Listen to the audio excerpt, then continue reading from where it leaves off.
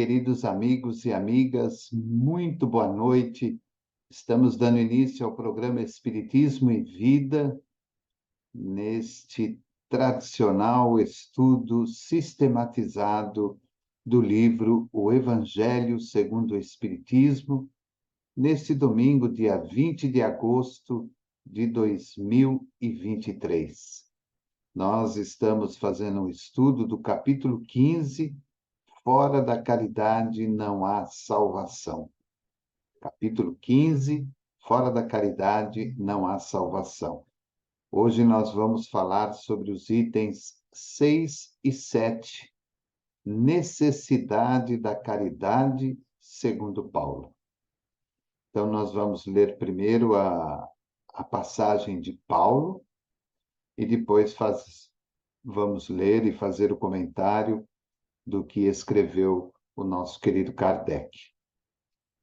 Ainda que eu falasse todas as línguas dos homens e a língua dos próprios anjos, se eu não tiver caridade, serei como o bronze que soa e um símbolo que retine. Ainda quando tivesse o dom da profecia, que penetrasse todos os mistérios e tivesse perfeita ciência de todas as coisas, ainda quando tivesse toda a fé possível, até a ponto de transportar montanhas, se não tiver caridade, nada sou. E, quando houvesse distribuído os meus bens para alimentar os pobres, e houvesse entregado meu corpo para ser queimado, se não tivesse caridade, tudo isso de nada me serviria. A caridade é paciente, é branda e benfazeja. A caridade não é jubilosa.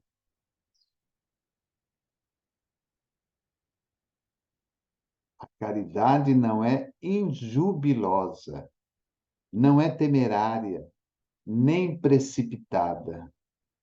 Não se enche de orgulho, não é desdenhosa, não cuida de seus interesses, não se agasta, nem se azeda com coisa alguma, não suspeita mal, não se rejubila com a injustiça, mas se rejubila com a verdade.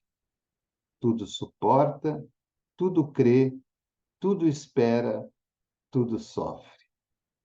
Agora, estas três virtudes, a fé, a esperança e a caridade, permanecem, mas dentre elas, a mais excelente é a caridade. Paulo, na sua primeira epístola aos Coríntios, capítulo 13, de 1 a 7 e 13. Eu, particularmente, tenho uma paixão muito grande pelo apóstolo Paulo. Sempre procuro ler livros que falem sobre ele, sobre o seu trabalho, sobre os seus escritos, e a cada vez que vou lendo, mesmo que em determinados livros achemos coisas repetidas, eu tenho, como eu disse, uma paixão muito grande por ele, porque Paulo foi um grande exemplo de determinação naquilo que ocorreu na sua vida. Ele, Saulo de Tarso, que era um grande perseguidor de Jesus e dos cristãos da época, ao ocorrer a sua visão às portas de Damasco, quando se encontra com Jesus, e a partir dali tira para si um pequeno período de recolhimento para que pudesse, através da solidão, e que, na verdade, não era solidão, mas através da sua solitude, ele faz um estudo e uma reflexão de todos os ensinamentos de Jesus, e aí volta para a família, para a sociedade, onde é totalmente rejeitado, passa então a realizar um trabalho de peregrinação por inúmeras localidades, levando a mensagem do Mestre Jesus e, ao mesmo tempo, fundando novas igrejas ou novos templos, novas mesquitas ou sinagogas que eram utilizadas para a reunião dos cristãos e para que eles pudessem estudar também e conhecer também um pouco mais sobre Jesus e sobre todos os seus ensinamentos. E, além disso, desta enorme caminhada realizada por ele, ainda escrevia aos seus companheiros para orientá-los naquilo que fosse necessário, naquilo que era preciso para o momento, para que não perdessem a fé, para que não perdessem a coragem e para que continuassem firmes em seus propósitos. E nessa primeira epístola, ele nos dá um verdadeiro exemplo da caridade, daquilo que a caridade é e daquilo que a caridade não é. Na primeira parte, ele fala de todas as coisas que ele poderia fazer. Ele poderia falar todas as línguas, ele poderia falar até a linguagem dos anjos, ele poderia ter o dom das profecias, dos mistérios do universo, a ciência de todas as coisas que compõem o mundo material e o universo. Ele fala que poderia até mesmo distribuir os seus bens, alimentar os pobres, entregar o seu corpo para ser queimado, mas nada, absolutamente nada disso serviria se ele não tivesse dentro de si a caridade. E o lado positivo da caridade, ele fala que ela é paciente, branda, benfazeja, que a caridade não é injubilosa, mas é um júbilo que nós adquirimos na nossa existência. Ela não é temerária, não é precipitada, ela não se enche de orgulho, não é desdenhosa, não cuida de seus próprios interesses, não se agasta, não se azeda, não suspeita mal, não se rejubila com a injustiça, mas se rejubila com a verdade. A caridade tudo suporta, tudo crê, tudo espera e tudo sofre. Essa é a verdadeira caridade. A caridade que nós realizamos para com os outros, mas, ao mesmo tempo, a caridade que nós realizamos conosco mesmo. E ele termina. Existem três virtudes: a fé, a esperança e a caridade. A fé, que nos impulsiona para frente, naquilo que devemos crer, naquilo que podemos crer. A esperança de que realmente o dia de amanhã será melhor, o ano que vem será melhor. A fé cria esse vínculo com a esperança para que sigamos no nosso caminho, e a caridade. Todas elas, segundo ele, permanecem unidas, permanecem juntas, mas, dentre elas, a mais excelente é a caridade. Então, Paulo demonstra o quê? Eu posso ter fé, mas eu preciso ter a caridade. Eu posso ter a esperança, mas eu preciso ter a caridade. Eu posso ter fé e esperança juntos, ou juntas, mas eu preciso ter a caridade. Essa primeira epístola de Paulo é muito linda, muito significativa. Esse trecho é um dos mais bonitos da epístola. É a primeira epístola aos Coríntios, capítulo 13, versículo de 1 a 7, e depois o 13. Nessa epístola, nós vamos encontrar inúmeras coisas que Paulo aborda aos Coríntios, mas esse trecho, falando da caridade, é muito significativo. 3 virtudes existem para que possamos conquistar: a fé, a esperança e a caridade. Mas a principal delas, segundo Paulo, a mais excelente, é a caridade. Vamos ver então o que diz Kardec. De tal modo compreendeu Paulo essa grande verdade que disse: quando mesmo eu tivesse a linguagem dos anjos, quando tivesse o dom de profecia, que penetrasse todos os mistérios, quando tivesse toda a fé possível, até o ponto de transportar montanhas, se não tiver caridade, nada sou. Dentre estas 3 virtudes, a fé, a esperança e a caridade, a mais excelente é a caridade. Coloca assim, sem equívoco, a caridade acima até da fé. Coloca assim, sem equívoco, a caridade acima até da fé. É que a caridade está ao alcance de toda a gente, do ignorante como do sábio, do rico como do pobre, e independe de qualquer crença particular.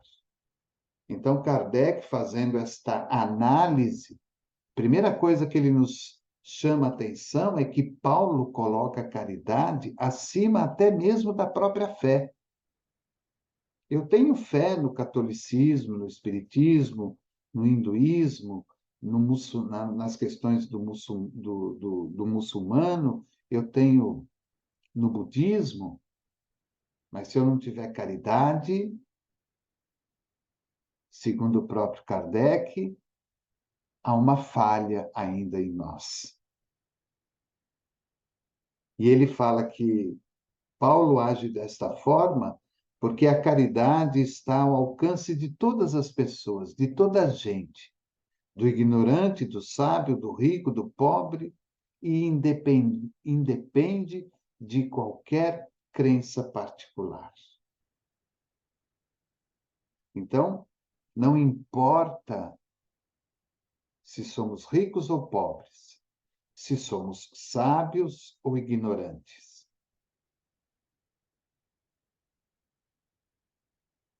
A caridade está à disposição para todos nós.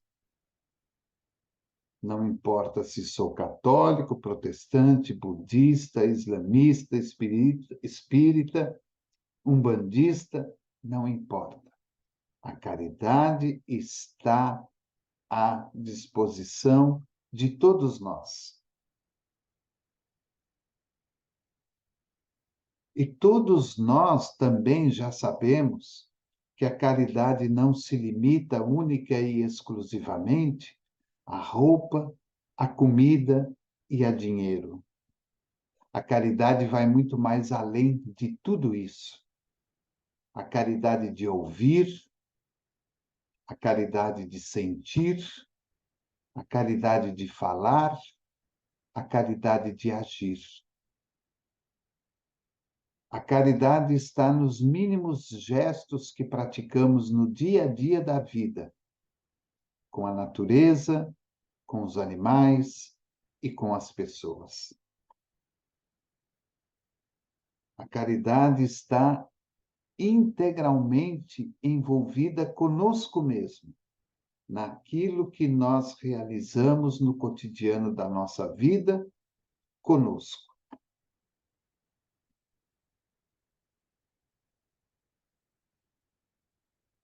A caridade de bem cuidar das coisas, a caridade de bem cuidar do próximo, a caridade de bem cuidar daquilo que Deus nos emprestou para que tenhamos uma vida equilibrada e feliz. Em tudo que possamos pensar em termos de vida material, a caridade está presente. Quantas e quantas caridades recebemos do plano espiritual e recebemos da vida material. Em quantos momentos somos agraciados pela ajuda do invisível, ou até pela ajuda do visível, em momentos difíceis da nossa vida. É a caridade da vida para conosco, para que não nos percamos na nossa caminhada, para que não tropecemos, para que não venhamos a cair nos precipícios do caminho, para que possamos trilhar a nossa caminhada sem percalços, sem dificuldades, sem dores e sofrimentos. Então, a caridade, bem colocada por Paulo e já bem analisada a princípio por Kardec, mostra-nos de uma maneira muito específica que nós podemos ter toda a fé do mundo, que nós podemos ter toda a esperança no dia de amanhã. Mas nós precisamos exercitar a caridade. Tanto que Kardec coloca como uma das frases principais do Espiritismo que fora da caridade não há salvação. Porque o não exercício da caridade, seja ela de que natureza for ou de que forma for, representa o quanto ainda estamos envolvidos na nossa avareza, no nosso egoísmo, no nosso orgulho e na nossa vaidade. Enquanto que a prática da caridade, seja ela de que natureza for, seja ela de que forma for, representa de uma maneira muito clara o como nós já estamos conseguindo mudar a nossa forma de pensar, de ver, de sentir e de agir perante a vida, perante as pessoas e perante nós mesmos. Esses dois itens são bem curtos.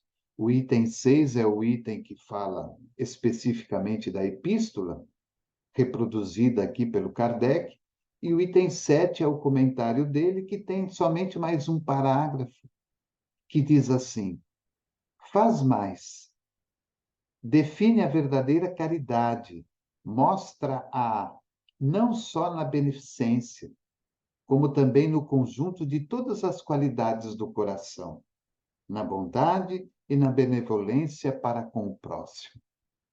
Então, Kardec, se referindo à epístola de Paulo,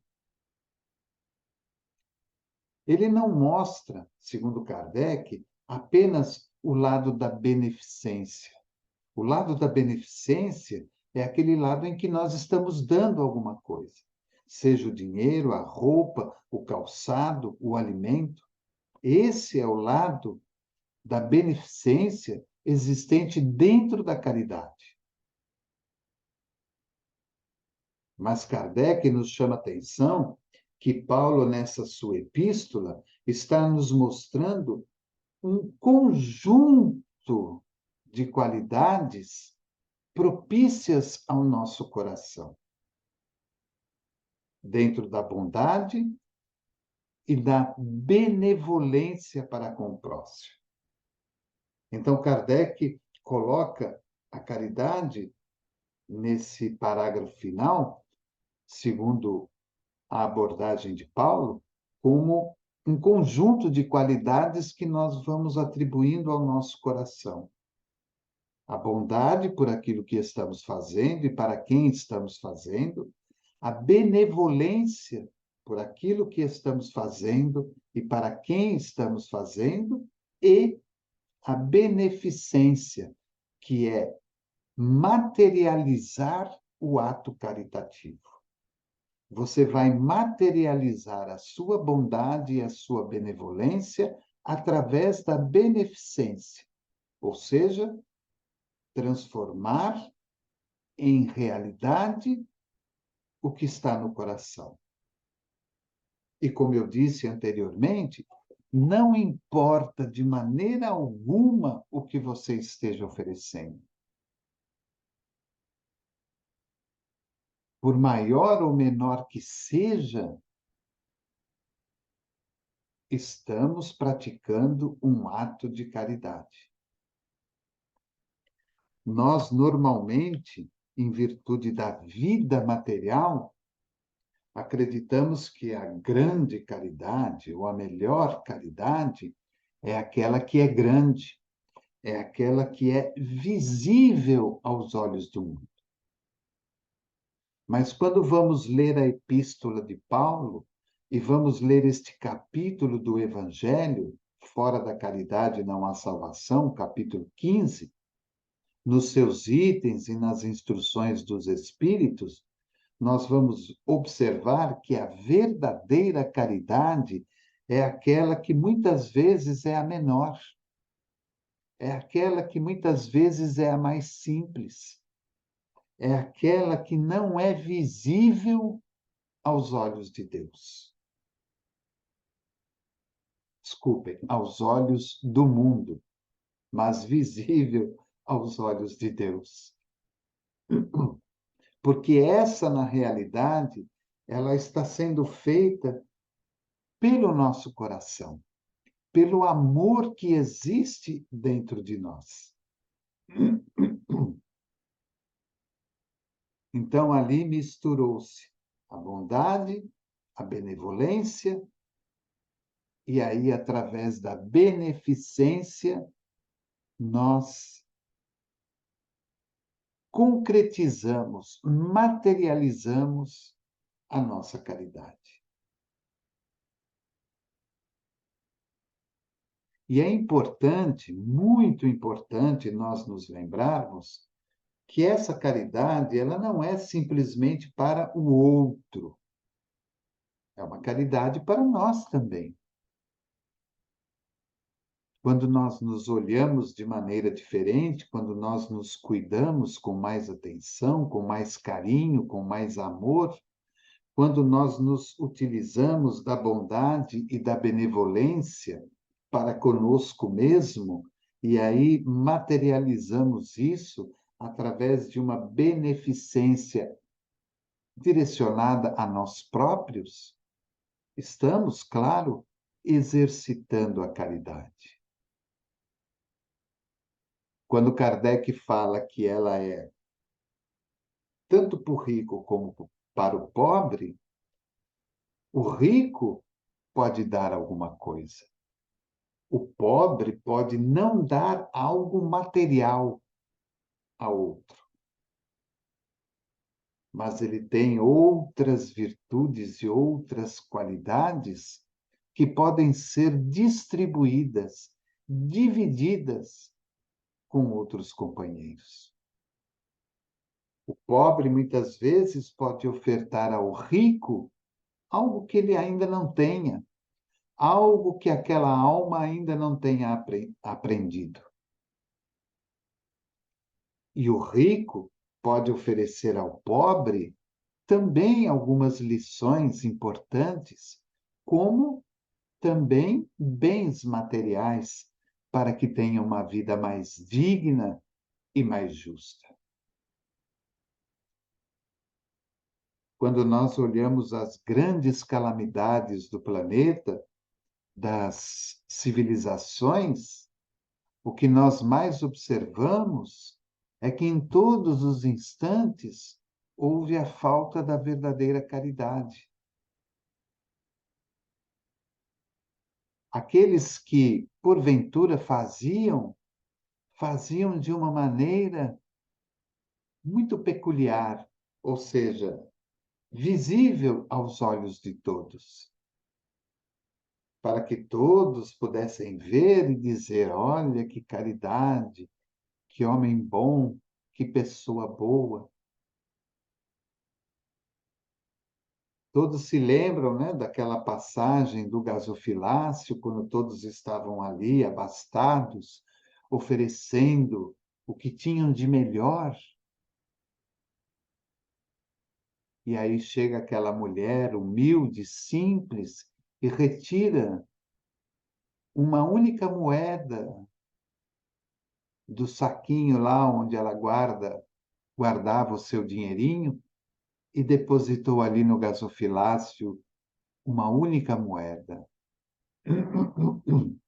Jesus chama a atenção dos apóstolos, dizendo a eles que ela estaria ali praticando a verdadeira caridade, porque ela não tinha nem para ela.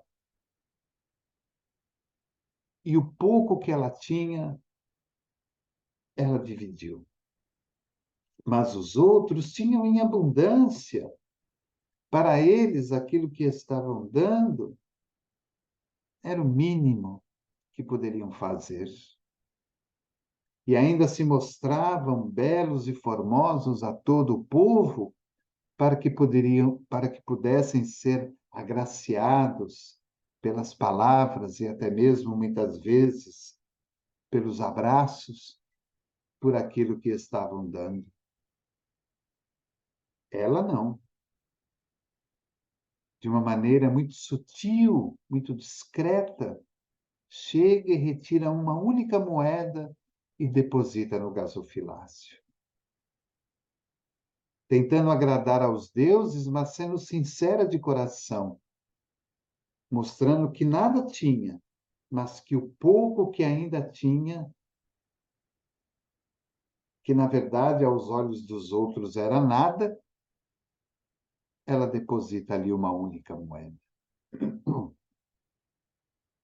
É o exemplo da bondade, da benevolência existente naquele coração da mulher e que se tornou uma beneficência quando ali depositou aquela única moeda. Nós temos uma preocupação muito grande de fazer a caridade. Isso está muito dentro do contexto espírita. Precisamos fazer a caridade, porque fora da caridade não há salvação. Mas de que maneira estamos fazendo essa caridade? Será que verdadeiramente ela está nutrida de bondade, de benevolência, de amor? E será que naquela beneficência que estamos realizando, estamos depositando tudo isso? Ou será que simplesmente estamos fazendo por fazer, para que de uma forma discreta tenhamos a nossa consciência em paz? Que tipo de caridade estamos realizando? Quantas pessoas que não têm religião, o ateu, por exemplo, que não acredita em nada, que não acredita em Deus, aqueles que possuem algum tipo de religião, mas não vão frequentá-la, e são pessoas boas, são pessoas que praticam o bem, são pessoas que praticam a caridade, são as pessoas que possuem bondade e benevolência em seus corações e em seus pensamentos e procuram transformar de alguma maneira tudo isso em beneficência, criando campanhas, criando grupos, criando associações que façam o bem em favor do próximo.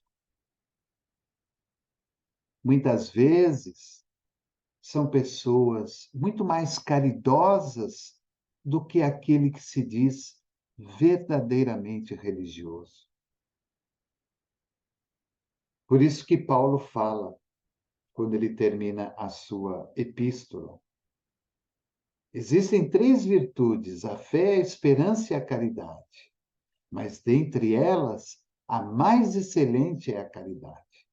Porque o religioso, ele tem fé, ele tem esperança, mas muitas vezes ele não tem o ato da caridade, que, como eu disse, e como Kardec nos explica, envolve a bondade, a benevolência e a beneficência, materializando a sua caridade. Agora, aquele que tem caridade, ele pode até não ter fé, ele pode até não ter esperança, porque tem uma vida dura e difícil, mas simplesmente pelo fato de condoer-se com o outro e, de alguma forma, procurar ajudá-lo, aí está o ato de caridade. Então, ao ler este singelo capítulo do Evangelho, e estes 2 singelos itens, o 6 e o 7, necessidade da caridade segundo Paulo, nós observamos o quanto a caridade vai muito além de tudo que nós imaginamos. Quantas pessoas que trabalham nos hospitais levando mensagem aos doentes, as chamadas voluntárias ou voluntários, que levam mensagens protestantes, católicas, espíritas, budistas, hinduístas, estão lá levando uma mensagem. Com certeza são pessoas que têm em seus corações muita bondade, muita benevolência para com o próximo. Até poderiam fazer mais, muitas vezes até fazem mais, sem que nós saibamos. Mas naquele lugar, elas realizam esse tipo de trabalho, levando a palavra, a esperança, a fé, a bondade, a benevolência, e transformam tudo isso num ato de beneficência, visitando, olhando, tocando, muitas vezes abraçando, dando ao necessitado ali doente a certeza de que ele vai ficar curado e de que ele vai ficar melhor do que ele estava. Que a gente possa ler esse capítulo do Evangelho, como todos os outros, é claro, mas para que a gente possa refletir melhor sobre a caridade. Nós temos uma grave mania de acharmos que o que nós fazemos não tem valor. Trabalhamos num passe, trabalhamos distribuindo água fluidificada, trabalhamos no atendimento fraterno, trabalhamos numa reunião mediúnica, trabalhamos numa reunião de desobsessão e muitas vezes achamos que aquilo que estamos fazendo é muito pouco, que precisamos fazer mais, mais e mais. A caridade, ela nos a caridade, ela nos redireciona para um caminho que seja próprio para nós mesmos. O que eu posso fazer mediante a vida que eu tenho, as possibilidades que eu tenho? Ah, posso fazer X, então eu vou fazer X com amor, com bondade, com benevolência, e vou materializar isso, transformar isso numa beneficência em favor daqueles que se aproximarem de nós. Talvez seja esse o grande e maior segredo do exercício e da prática da caridade. Então, fica aí o nosso estudo de hoje, capítulo 15 do Evangelho segundo o Espiritismo. Fora da caridade não há salvação. Quero agradecer a você que nos acompanha, a você que nos ajuda na divulgação do canal, do rádio, na programação de ambos esses instrumentos de divulgação da doutrina. Agradecer por você que se inscreve, por você que ainda não se inscreveu e talvez pense em se inscrever. Lembrando a todos que a nossa grande preocupação não é número e muito menos os benefícios monetários que as redes sociais nos oferecem. O nosso grande objetivo é divulgar o Evangelho de Jesus, é divulgar os postulados da doutrina espírita, é levar aos corações aflitos e necessitados o melhor que podemos, para que essas pessoas tenham mais paz e tranquilidade na sua caminhada. Fica aí, então, o nosso estudo de hoje. Vou repetir, capítulo 15, Fora da caridade não há salvação, itens 6 e 7, necessidade da caridade, segundo Paulo. Quero agradecer também aos outros companheiros e companheiras que nos ajudam nesse estudo. A todos deixo aqui o meu forte abraço e a minha profunda gratidão pela caridade em estarem conosco, nos ajudando e nos incentivando a continuar o trabalho de divulgação. Um bom final de domingo e uma semana abençoada a você, ao seu trabalho, ao seu lar e a toda a sua família. Que Jesus nos abençoe. Programa Espiritismo e Vida, simples, objetivo, constante. Forte abraço e até mais.